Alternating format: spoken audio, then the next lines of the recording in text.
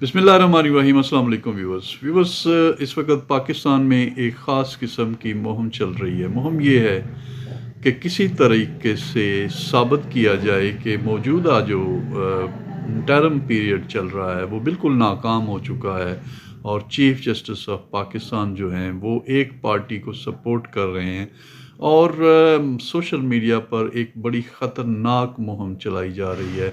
और इस मुहिम को लीड कर रहे हैं आदिल राजा, जो कि लंदन में बैठा है, और उसकी कोशिश है कि पाकिस्तान की फ़ौज में डिवीज़न पैदा की जाए, तकसीम की जाए और इनको आपस में लड़ाया जाए। उसके आप व्लॉग्स देखें, आप उसके ट्वीट देखें।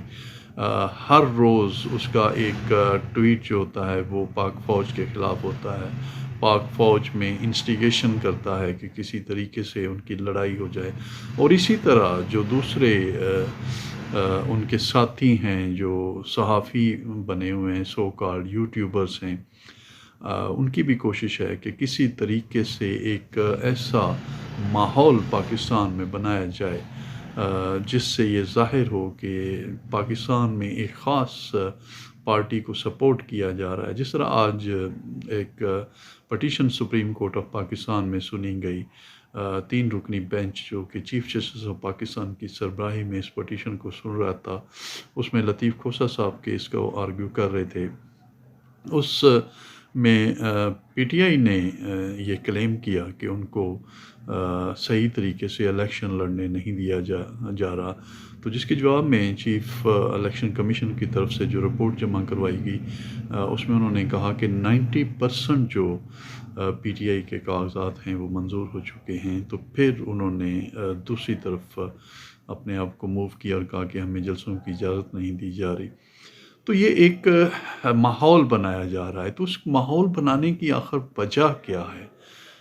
ये बस बड़ी ही ख़तरनाक वजह है। आपको पता है कि पाकिस्तान में बड़ी मुश्किल से इस साबका गवर्नमेंट ने, जिसकी सरबराही शहबाज शरीफ कर रहे थे, उन्होंने एक IMF के साथ एग्रीमेंट किया। वो एग्रीमेंट जिसको इमरान खान ने करके तोड़ दिया था, उसको बहाल करवाने के लिए उनको दांतों पसीना आ गया, एड़ी चोटी का उन्होंने ज़ोर लगाया, अपनी सियासत ख़त्म की, लेकिन पाकिस्तान को दिवालिया होने से बचाया और कोशिश की कि पाकिस्तान में जो ग्रांट मंजूर है वो आ जाए। तो इस तरह दोबारा इसको रिवाइव किया और कामयाब हुए एग्रीमेंट करने में।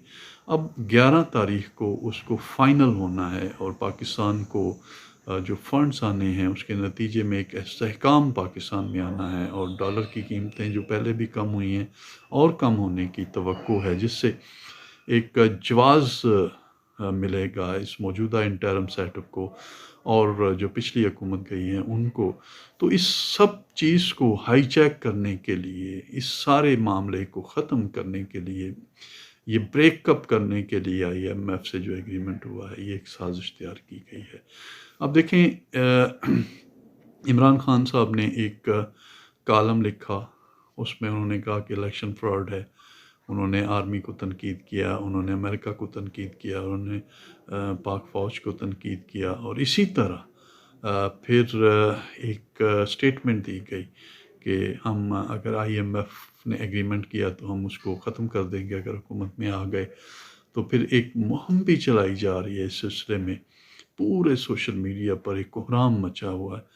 तो ये सारी कोशिश जो है वो ये है कि किसी तरीके से IMF जो है वो जो $90,000 या 1 अरब कुछ भी अमाउंट नहीं है, लेकिन पाकिस्तान की सर्वाइवल के लिए वो बहुत ज़रूरी है, तो उसको किसी तरीके से ख़त्म किया जा सके। तो ये एक कोशिश है इनकी, जो कि अब 11 तारीख को फ़ाइनल होगी। अगर ये कामयाब हो जाते हैं तो पाकिस्तान नाकाम होता है और अगर ये नाकाम होंगे तो फिर पाकिस्तान कामयाब हो जाएगा। हुकूमत जिसकी मर्ज़ी आए, लेकिन IMF अगर ग्रांट देता है तो डॉलर नीचे आएगा, इस्तेहकाम आएगा।